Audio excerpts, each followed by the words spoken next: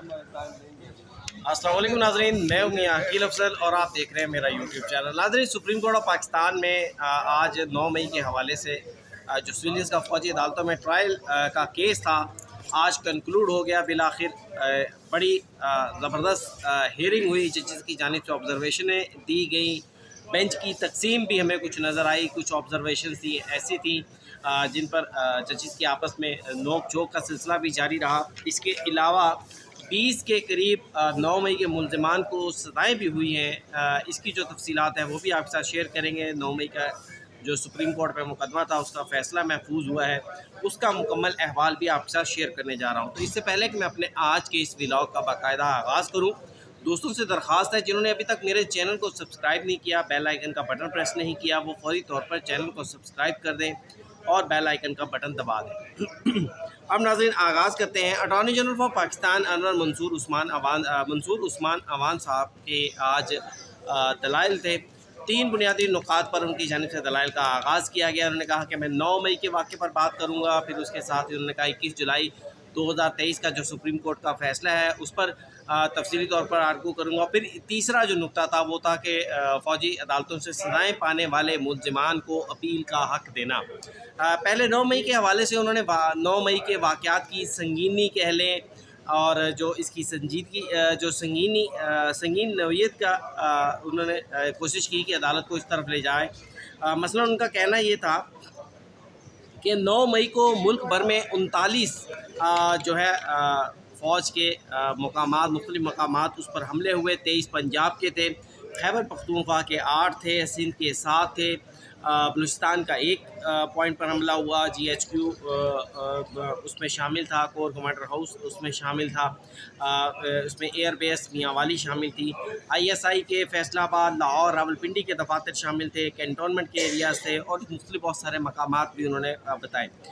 फिर उन्होंने कहा कि ये जो हमला था 9 मई का, ये कोई ऐसी ऐसा हमला नहीं था कि जो हम कह सकें कि ये अचानक हुआ, बेतरतीब था, बल्कि ये एक कोऑर्डिनेटेड एफ़र्ट थी। यानी कि सब लोगों का आपस में रब्ता था, सब लोग आपस से किसी न किसी तरह राब्ते में थे। फिर 4 घंटों के दौरान उन्होंने कहा कि ये सब कुछ होता है। 9 मई को 5:40 पर लाहौर कोर कमांडर हाउस पर हमला होता है और 9 बजे से लेके 5:40 से लेके 9 बजे तक ये जो प्रोसेस है सारा का सारा ये हमले का ये जारी रहता है।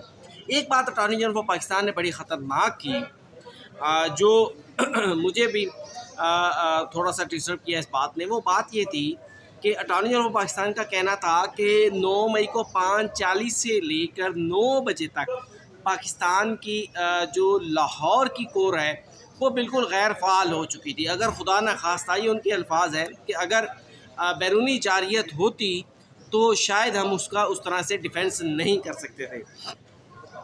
फिर मज़ीद उन्होंने बताया कि जनाब किसी सियासी जमात के सरबराह को गिरफ़्तार करना, किसी वज़ीर आज़म को गिरफ़्तार करना, ऐसे वाक़यात मुल्क में पहली मर्तबा नहीं हुए।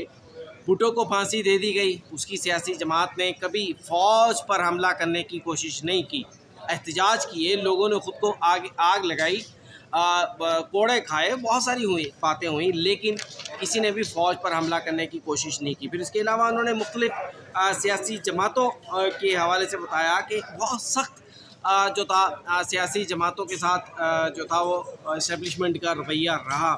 तमाम सियासी जमातों पर उन्होंने बताया कि ज़ियाउल हक़ के दौर में मार्शल लॉ लगा दिया गया, तमाम सियासी जमातों पर मुकम्मल पाबंदी लगा दी गई, सियासी एक्टिविटीज़ पर पाबंदी लगा दी गई, मुख्तलिफ़ लीडरान को अरेस्ट कर लिया गया, हाउस अरेस्ट कर दिया गया, गिरफ़्तार कर लिया गया। लेकिन किसी भी तरह से किसी भी सियासी जमात ने फ़ौज के ख़िलाफ़ या फ़ौज पर हमला करने की ये कोशिश नहीं की। इसलिए 9 मई को हम नॉर्मल नहीं कहा जा सकता कि 9 मई को जो कुछ हुआ वो आम चीज़ थी, वो इससे पहले भी होती रहती है, कोई नई बात नहीं हुई, या सिंपल इसको दहशतगर्दी नहीं कहा जा सकता। ऐसी सूरत हाल की कभी आइंदा भी इजाज़त नहीं दी जा सकती। हमारा मुल्क चैलेंजेस फेस कर रहा है, हम हालत जंग में हैं, न्यूक्लियर वेपनाइज्ड हैं, हमारे पास न्यूक्लियर वेपन है। फिर इसके अलावा उन्होंने कहा कि अदालत ने मुझसे सवाल किया था कि फ़ौजी अफसरान के ख़िलाफ़ कौन सी कार्रवाई की गई, तो मैं अदालत को बताना चाहता हूँ कि 3 अफसरान को जो है वो उनके ख़िलाफ़ सख्त कार्रवाई की गई, जिसमें एक 3 star general core commander Lahore का कहा जाता है, उन्होंने नाम नहीं लिया। उन्होंने कहा 3 जो थे अफसरान, जिसमें एक 3 स्टार जनरल, एक ब्रिगेडियर और एक लेफ्टिनेंट कर्नल शामिल थे, इनको विदाउट बेनिफिट्स फौरी तौर पर जो था सर्विस से डिसमिस कर दिया गया, क्योंकि इनकी ज़िम्मेदारी थी तो इस वाक़े को रोकने के लिए कुछ कार्रवाई करते, कुछ इक़दाम करते, लेकिन नहीं किए गए। अदालत ने इस पर यह इस्तफसार किया कि इन अफसरान के ख़िलाफ़ कोई क्रिमिनल कार्रवाई भी हुई, तो उन्होंने कहा नहीं, 3 तरह की सूरत हाल होती हैं कि एक आपने कोई एक्शन नहीं लिया, दूसरा आपने ऑर्डर जो है वो ओबे ना किया हो, और तीसरा जो है वो कोई क्रिमिनल एक्टिविटी की हो। तो तीनों पर उन्होंने कहा कि अपने हिसाब से होता है। यहाँ पर यह था कि उन्होंने कुछ किया ही नहीं, तो कोई एक्शन ही नहीं लिया, तो इस वजह से इन 3 अफसरान और इसके अलावा 14 दीगर जो अफसरान हैं उनके ख़िलाफ़ भी कार्रवाई की गई, और कहा गया कि इन 14 अफसरान को आइंदा ज़िंदगी में कभी प्रमोशन नहीं मिलेगी। इसके अलावा नाज़रीन अदालत को बताया गया, अच्छा, जस्टिस हसन नज़र रिजवी ने बड़ा इंपॉर्टेंट सवाल किया। उन्होंने कहा कि ज़िले इंतज़ामिया का काम था कि वो इस 9 मई के वाक़े को रोकती। क्या ज़िले इंतज़ामिया या पुलिस के अफसरान के ख़िलाफ़ कोई कार्रवाई की गई? जो उस वक्त लाहौर के DIG थे, अब वो IG बन चुके हैं, उनके ख़िलाफ़ कोई कार्रवाई नहीं हुई। फिर इसके अलावा जस्टिस मंदोखेल ने कहा कि पता तो चले कि ये जुर्म जो है ये कानून के किस सेक्शन के तहत आता है, यानी 9 मई का हमला। अटॉर्नी जनरल ऑफ पाकिस्तान ने कहा, वही बात मैं आपको बता रहा हूँ कि उन्होंने मुख्तलिफ डिटेल्स अदालत के सामने रखी। जस्टिस मुसरत हलाली ने इस्तफसार किया कि जो GHQ हमला था उसका जो गेट तोड़ा गया, खोला गया, हमें इस हवाले से बताया जाए कि वो गेट आया खोला गया था, आया मुजाहिरीन ने उस गेट को तोड़ कर खोला था, उससे भी इस बात का पता चल जाएगा कि आया ये जो हमला हुआ था इसकी नीयत क्या थी, आगे से डिफेंस नहीं किया गया या उनको रोका नहीं गया, या जो भी सूरत हाल थी। जस्टिस हसन नज़र रिजवी ने कहा कि 79 में हम छोटे थे, सियासतदान और सहाफ़ियों का भी नाम लिया गया, सहाफ़ियों की कुर्बानियाँ भी यकीनी तौर पर कभी कम नहीं हुई। उन्होंने कहा कि हम सियासतदान और सहाफ़ी गिरफ़्तारियाँ देते थे, एहतजाज करते थे, लेकिन कभी भी हमले नहीं करते थे इदारों पर। कोड़े गिरफ़्तारियाँ देने पर इन सहाफ़ियों को, इन सियासतदानों को जो थे वो कोड़े पड़ते थे।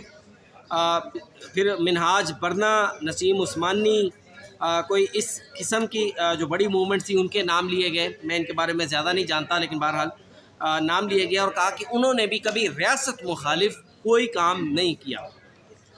अटॉर्नी जनरल ऑफ पाकिस्तान ने कहा कि जनाब मेरे वालिद साहब जो है उन्होंने उन पर 24 मुकदमात MRD मूवमेंट में थे, जेल में आना जाना लगा रहता था, कत्ल के मुकदमात भी उन पर थे। तो लेकिन ये जो कुछ भी हुआ है ये सियासी अमल ने इसको नहीं कहा जा सकता। जस्टिस मुसरत हलाली ने कहा, अटॉर्नी जनरल ऑफ पाकिस्तान ने कहा यकीनन जस्टिस मंदोखेल के सवाल पर कि ये आया 9 मई को जो हुआ ये मुजरमाना अमल था या नहीं था, तो इस पर अटॉर्नी जनरल ने कहा यकीनन ये एक मुजरमाना अमल था।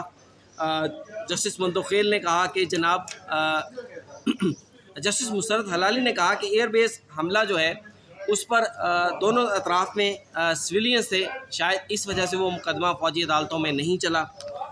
जस्टिस नईम अख्तर अफ़गान ने कहा, उन्होंने यहाँ पर अटॉर्नी जनरल ऑफ पाकिस्तान को रोकते हुए कहा कि आप मामले की जो है वो गलत तरफ चले गए हैं, गलत जो है वो हदूद को टच करने की तरफ चल पड़े हैं, क्योंकि हमने सारे मुकदमे को हमने लीगल एस्पेक्ट में सुना है, 9 मई के वाक़यात पर फैक्चुअल एस्पेक्ट पर हम नहीं गए। अगर हम इस पर जाएंगे तो बहुत सारे मुकदमात अदालतों में ज़ेर इल्तवा है, उन पर हमारी ऑब्जर्वेशन जो है वो असरानंदाज होंगी। मसलन उन्होंने कहा कि आपने 3 स्टार जनरल को सज़ा देने का कहा है, लेकिन अगर 3 स्टार जनरल का जो मामला है क्या उन्हें गवाह बनाया गया है, नहीं बनाया गया, इस सारे मामले में इस पर भी बात नहीं की गई। फिर दूसरा उन्होंने कहा कि बेहतर यह है कि अटॉर्नी जनरल साहब आप भी इस सारे मामले को जो है वो इसको लीगल और कॉन्स्टिट्यूशनल उसमें पैराए में रखें अपने आर्गूमेंट्स को। अब उसके बाद जस्टिस मंदोखेल ने अटॉर्नी जनरल ऑफ पाकिस्तान ने उन्होंने कहा कि जनाब मेरी ख्वाहिश ये थी कि मैं 45 मिनट में दलाइल मुकम्मल कर लूँ, 20 मिनट में आर्गूमेंट करूँ और 25 मिनट जो है वो अदालती सवालात के हों। लेकिन ये मामला जो है वो अब आगे बढ़ता जा रहा है। तो जिस पर जस्टिस मंदोखेल ने कहा कि मेरे जो सवालात होते हैं, मैं इस मुल्क के मुस्तकबिल का सोच रहा हूँ, आइन का सोच रहा हूँ, तो मैं इसलिए सवालात करता हूँ। यकीनी तौर पर उन्हें एहसास होगा कि मेरे सवालात पर ही बात की जा रही है। तो जिस पर जस्टिस मुसर्रत हलाली ने कहा कि हम भी इस मुल्क के मुस्तकबिल का सोचते हैं। शायद उनको जस्टिस मंदोखेल की ऑब्जर्वेशन जो थी वो बराह रास्त अच्छी नहीं लगी। इसके बाद अटॉर्नी जनरल ऑफ पाकिस्तान ने मज़ीद कहा कि हम जो है ख्वाजा हारिस साहब ने केस के जो लीगल एस्पेक्ट थे उसके ऊपर बहुत सारे आर्गूमेंट्स किए हैं। मैं अब उन पर बात नहीं करूंगा। अगर वो इतने सारे आर्गूमेंट्स में भी अदालत को कायल नहीं कर सके तो फिर मेरे लिए भी शायद ये मुमकिन ना होगा। इसके अलावा जनाब आज के इस मुकदमे की कार्रवाई में जो था अटॉर्नी जनरल ऑफ पाकिस्तान ने इम्पॉर्टेंट बात जो कही, जो सबको जिसका इंतज़ार था, वो सवाल ये था कि आया इन सिविलियंस को अपील का हक़ दिया जा रहा है या नहीं दिया जा रहा। इस पर अटॉर्नी जनरल पाकिस्तान बात को गोलमोल करके उन्होंने बराह रास्त कोई जो है वो जवाब नहीं दिया। उन्होंने ये कहा कि जनाब सुप्रीम कोर्ट ऑफ पाकिस्तान अपने फ़ैसले में जो ऑब्जर्वेशन देगी, जो डायरेक्शन देगी, वो पार्लियामेंट जो है वो फिर उस हिसाब से उसका जो है वो देखेगी। अब इस पर जो था अदालत ने पूछा कि क्या ऐसी कोई प्रेसिडेंट मौजूद है कि सुप्रीम कोर्ट ऑफ पाकिस्तान ने कोई अदालत को डायरेक्शन दी हो और कोई ऑब्जर्वेशन दी हो लेजिस्लेशन के हवाले से। तो फिर अदालत के सामने साबका chief of the army staff जो थे जनरल कमर जावेद बाजवा साहब, उनके लिए जो जस्टिस मंसूर अली शाह साहब का जो फैसला था 3 रुकनी बेंच का, आसिफ सईद खोसा साहब उसमें शामिल थे, उस बेंच के सरबराह थे, उस फैसले का हवाला दिया गया। तो उसको पढ़ने के बाद जस्टिस मोहम्मद अली मज़हर ने कहा कि बिल्कुल बड़ी वाज़ेह तौर पर इसमें तो डायरेक्शन ही हम कह सकते हैं, इस फैसले को ऑब्जर्वेशन नहीं कहा जा सकता।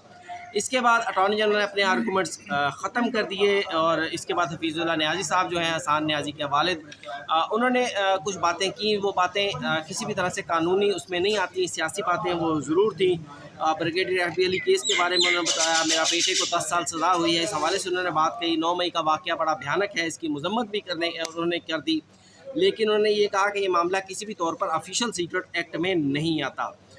इसके बाद जनाब सुप्रीम कोर्ट ऑफ पाकिस्तान ने इस केस का फ़ैसला महफूज कर लिया और बुनियादी तौर पर जो मेरी अब तक मुख्तलिफ सीनियर्स सहाफ़ियों से, वकला से और जो जितना मैंने मुकदमे को सुना है, तो 3 ही फ़ैसले जो हैं वो इस मुकदमे में या सबसे ज़्यादा ऐसा कर लेते हैं कि सबसे ज़्यादा किस फ़ैसले की तवक्को की जा रही है। वो फ़ैसला ये है कि 21D, क्योंकि उस पर ओरिजिनली केस में कोई आर्गूमेंट्स नहीं किए गए थे, तो ऐन मुमकिन है 21D को बहाल कर दिया जाए। और एक बात बड़ी स्ट्रॉन्गली जो हलकों से आ रही है वो ये भी आ रही है कि शायद सुप्रीम कोर्ट ऑफ पाकिस्तान इस मुकदमे में जो है वो सिविलियंस को अपील का हक़ दे दे या उस हवाले से कोई डायरेक्शन दे दे। अब नाज़रीन आपको एक मुख्तसर सा दूसरे केस का अहवाल भी बता दूँ। रावलपिंडी 9 मई के हमले के हवाले से एक बड़ी ख़बर ये भी है कि 20 मुलज़मान को रावलपिंडी की ATC अदालत ने जो है वो सज़ाएँ सुना दी हैं। इन 20 मुलज़मान को 6 माह की कैद और 50,000 रुपये जुर्माने की सज़ा सुनाई गई है। तरनौल रेलवे स्टेशन पर हमला 9 मई को इनकी जानिब से किया गया था। इन मुलज़मान ने एतराफ़े जुर्म भी किया और इन मुलज़मान के एतराफ़े जुर्म के अंदर एक ख़ास बात यह है कि इन्होंने ये कहा कि जनाब हमने क़यादत के उकसाने के पर ये 9 मई के हमले किए हैं और हम इस पर पशेमान हैं और आइंदा ऐसा ना करने का कहते हैं। और इसके साथ साथ उन्होंने ये भी कहा कि हमारे गिरफ़्तारियों के दौरान हमारी क़यादत ने, पाकिस्तान तहरीक इंसाफ की क़यादत ने किसी भी किस्म का हमें कोई भी माली या कानूनी सपोर्ट नहीं किया। तो नाज़रीन ये था आज का व्लॉग, मुझे दीजिए इजाज़त। आज के व्लॉग में इतना ही। कमेंट्स में ज़रूर बताइएगा, चैनल को लाइक, सब्सक्राइब और वीडियो को शेयर करना मत भूलिएगा। इजाज़त दीजिए, अल्लाह हाफ़िज़।